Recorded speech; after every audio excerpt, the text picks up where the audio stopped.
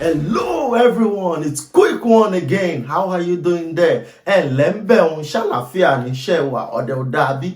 Lónìí a fẹ́ sọ̀rọ̀ nípa ṣíṣe ìpolò agbára àti ọlá, pàápàá jùlọ ìgbéraga. Today we'll be talking about misuse of power, wealth and position, and of course, pride. Let's go. This video is sponsored by AJ Fashion Statement in Berlin. Go check them out. Thank you.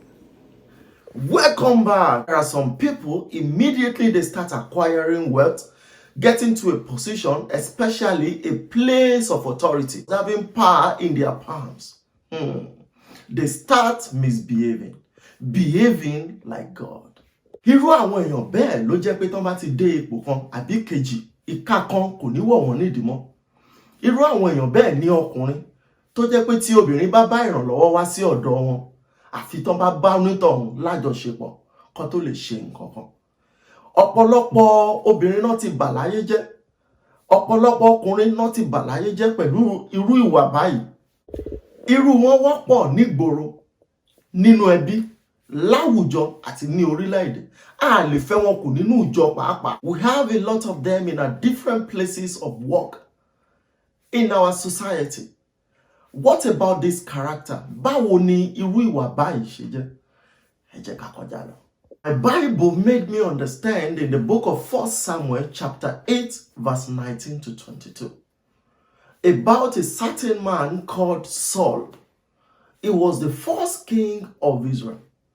Before that time, the people of Israel were clamoring to have a king over them.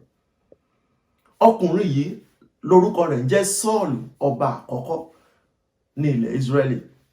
Àwọn Israeli sọ pé àwọn fẹ́ ọba lórí ara wọn. Wọ́n lọ bá Samuel tó jẹ́ wòlíì nígbà náà.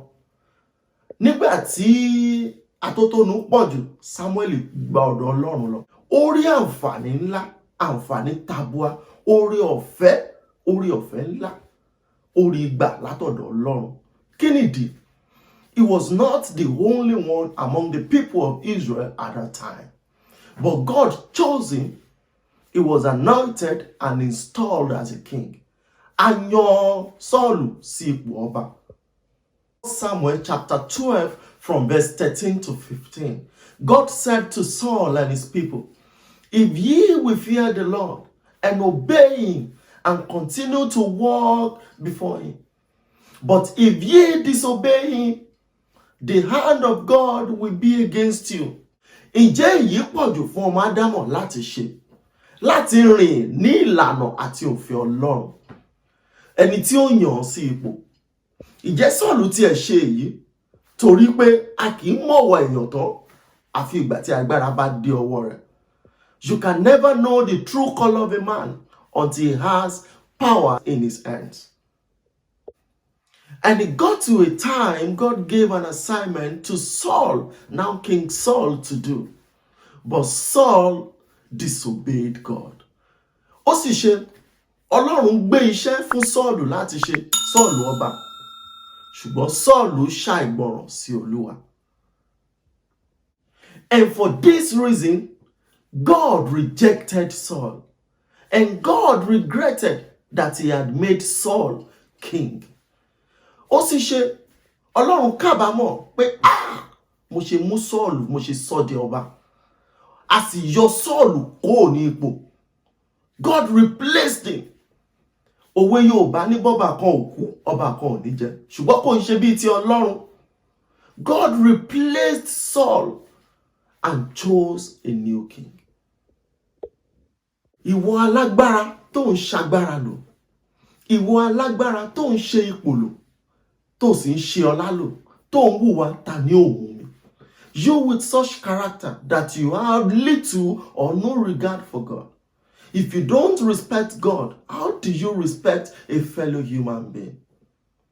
Ó ti gbàgbé pé ipò tó wà kò ń ṣe mímọ̀ ṣe, kò ń ṣe agbára rẹ̀. It is not because you are the most intelligent, nor because you are the most hardworking person in the world.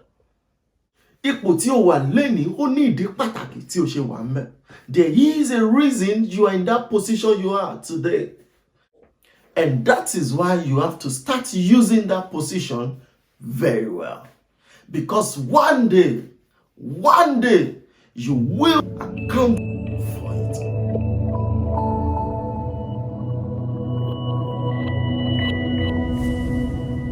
You are welcome back. There's another king in the Bible called King Nebuchadnezzar, a proud man at that.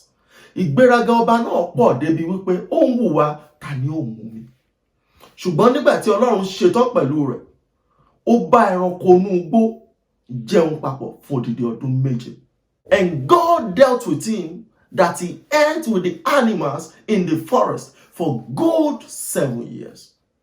My brothers and sisters, fathers and mothers, I beseech you, I implore you to please check your ways. That position you are today, use it to the glory of God. Gbogbo alágbára gàlégàlé ilé ayé. Ẹ rọra ṣe gbogbo alágbára gàlégàlé ilé ayé. Díẹ̀díẹ̀ ó ẹ rọra. Alágbára gàlégàlé ilé ayé. Díẹ̀díẹ̀.